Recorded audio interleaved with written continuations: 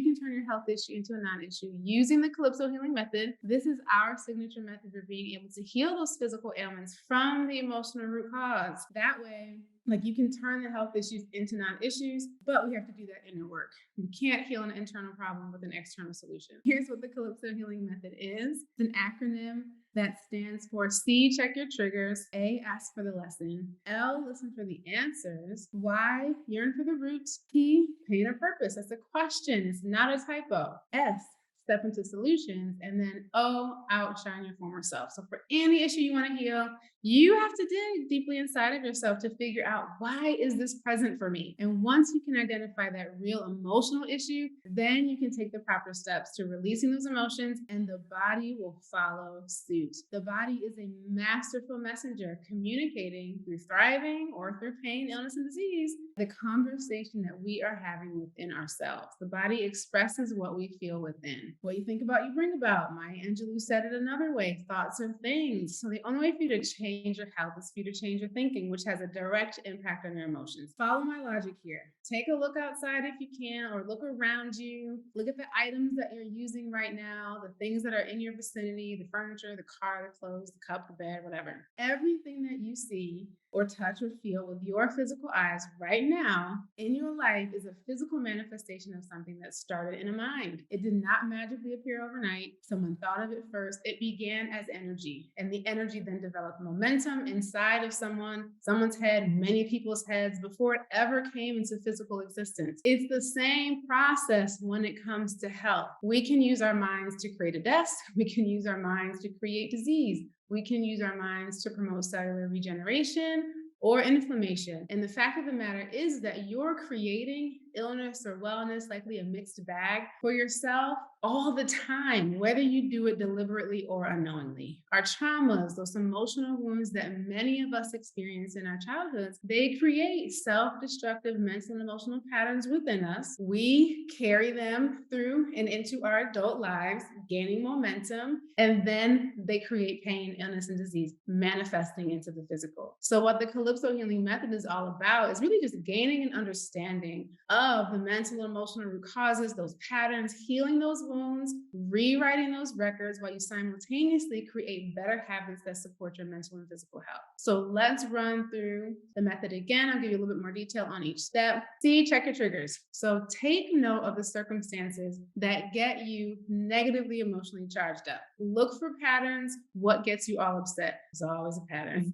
A, ask for the lesson. So you are emotionally heightened. You're triggered. Think, what am I to learn from this experience, this situation? I got so upset over this. What can it teach me? It's really important here to ask empowering questions about yourself. While most of our triggers happen in relationships, if the other person's not triggered, like, our trigger is our response. So it's our work that we have to examine. It's too easy to point the finger and say you, but it's like, if it didn't impact you, you wouldn't have had a reaction. L, listen for the answers. Make time to listen for the answers. They'll show up in your meditations, your dreams, your conversations, your synchronicities. You will know. But you have to make time for silence, introspection, connection in your day so that you can hear your inner voice. Why? Yearn for the root. So you want to know, what is this trigger? What is this lesson? What is it really about? Big clue here likely goes back to your childhood, because the trigger is just the spark. It's just the tip of the issue. The real issue is the first time this situation or something similar happened. And that's the root, and that's what you need to uncover. P, pain or purpose. It's a question. So you do steps 1 through 4. And now it's decision time. You are at a fork in the road, and you have to decide, do you want to keep hurting, or do you want joy? Do you want to thrive? Do you want to keep living in this pain? Do you want to use this pain for your greater good? You have to make a decision to heal, and it's really one or the other. And then S, step into solutions. So when you decide to heal, to use this pain for greater purpose, then when you're triggered again, because you will be, because we are humans humaning with other people, right? You will be triggered again. That's a critical moment, because now you have to make a conscious, intentional choice to choose a better thought. You got to reach for a better thought. You have to reach for a better reaction. You have to reach for better actions. And it feels very mechanical. You can't do what your default response has always been. You have to do something different. And that's deliberate action. And then O, outshine your former self. yourself, this is committing to your improvement. Just keep making decisions that keep you on your path of healing,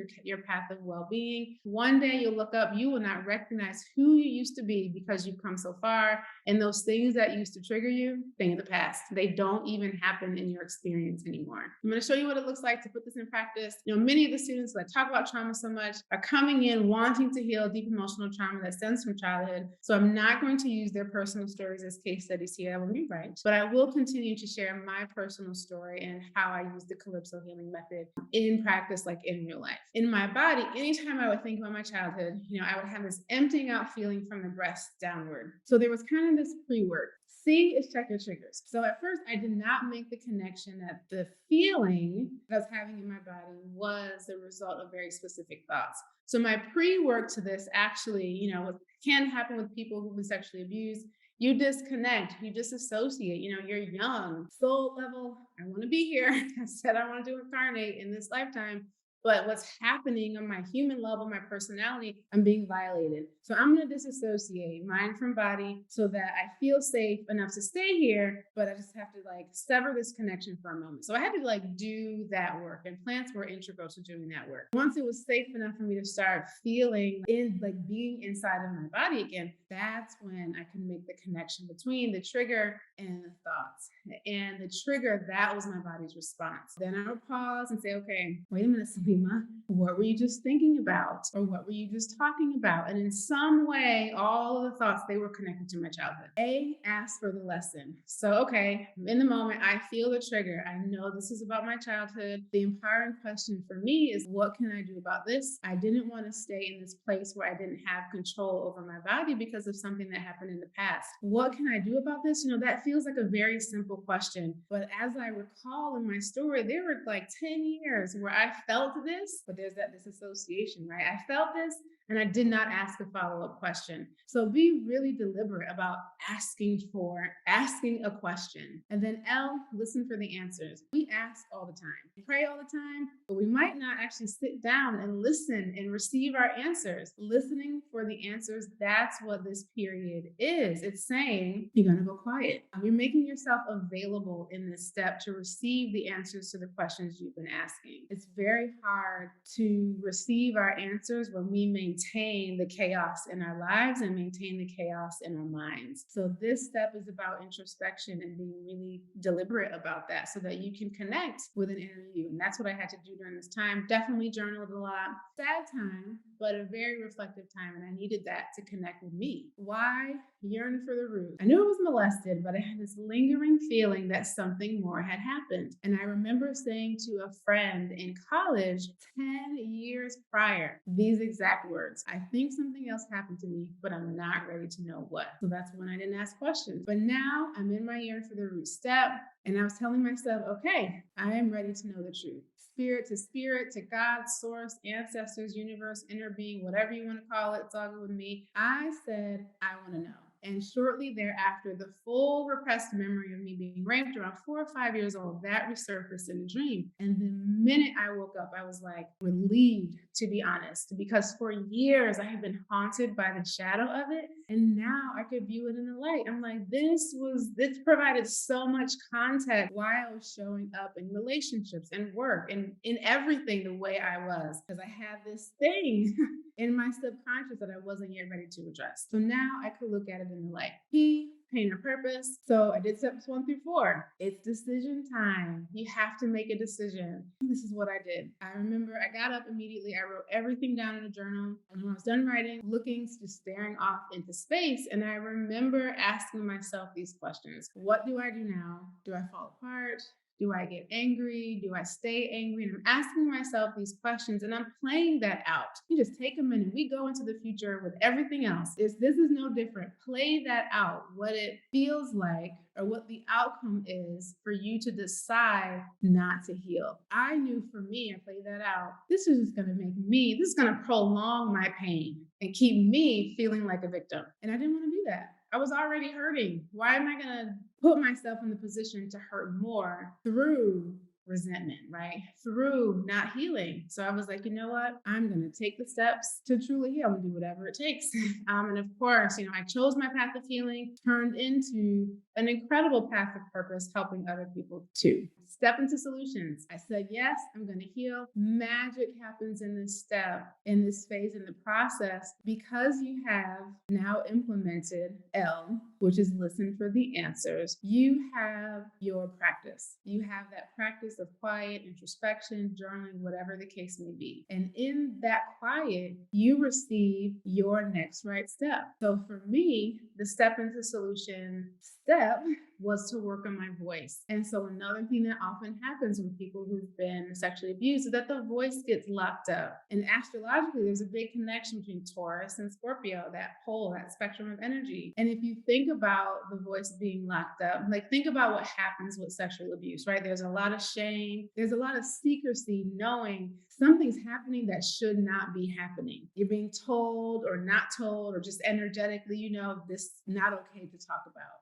So that doesn't just lock up the voice around talking about sex, that locks up the voice around talking about anything that's important. I always used to feel just huge lumps in my throat anytime I needed to say something that was important to me, that was revealing, that was vulnerable, that was just like an honest opinion. I would just totally get choked up. So my step into the solution step was to work on my voice, and the magic that opens up are opportunities to do that. The universe supports you 100-fold. So there were so many chances. I can't even think of another period in time in my life, aside from now, to talk about trauma all the time, but it's different. And so it was just like week after week after week, back to back to back to back, a new conversation in which I knew this is the time for me to practice sharing my story. Not forced. It was just so organic. And I would just hear that inner voice being like, Selima, now's the time to talk. Another beautiful thing, in addition to be supported and doing the work that you said you want to do, you received your step, you got your instructions, and now you're going to show up and do it, is now you actually get to measure your progress. And so each time I had a new conversation, the lump was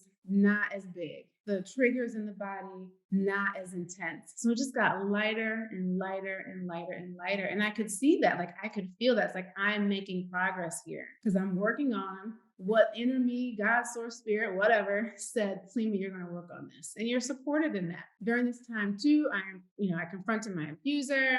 I had to establish very clear and firm boundaries. I went to a couple of sessions for therapy, really to just practice saying my story, staying in my power, did lots of affirmations around self-love, a lot of mirror work, like looking at myself in the mirror, telling myself that I love myself and I'm safe. It's okay for me to be here. So much good happens in this phase. And then outshine your former self. This is the daily work that continues. And this is something that I learned. Trauma doesn't take a break. It doesn't take a break. And triggers are inconvenient, right?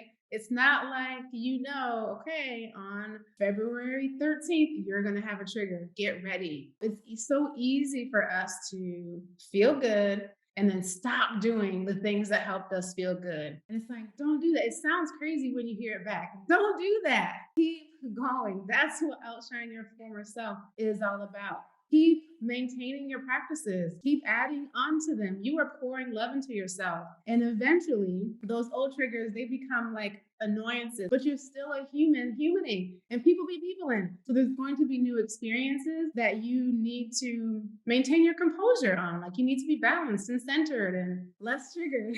So that's what outshine your former self is all about. You see the process. Ultimately, when you go deep inside of yourself, just get all that hurt out. It's not worth holding on to. You really do liberate yourself from your past. You set yourself free. So let's recap. You don't heal from the outside in, you heal from the inside out. Feeling whole is so much better than fit. Feeling fit accompanies feeling whole when you keep doing the work. So you can turn your health issues into a non-issue. If you use the CALYPSO healing method, check your triggers, ask for the lesson, listen for the answers, yearn for the root, pain and purpose, step into solutions, and outshine your former self. Y'all got this.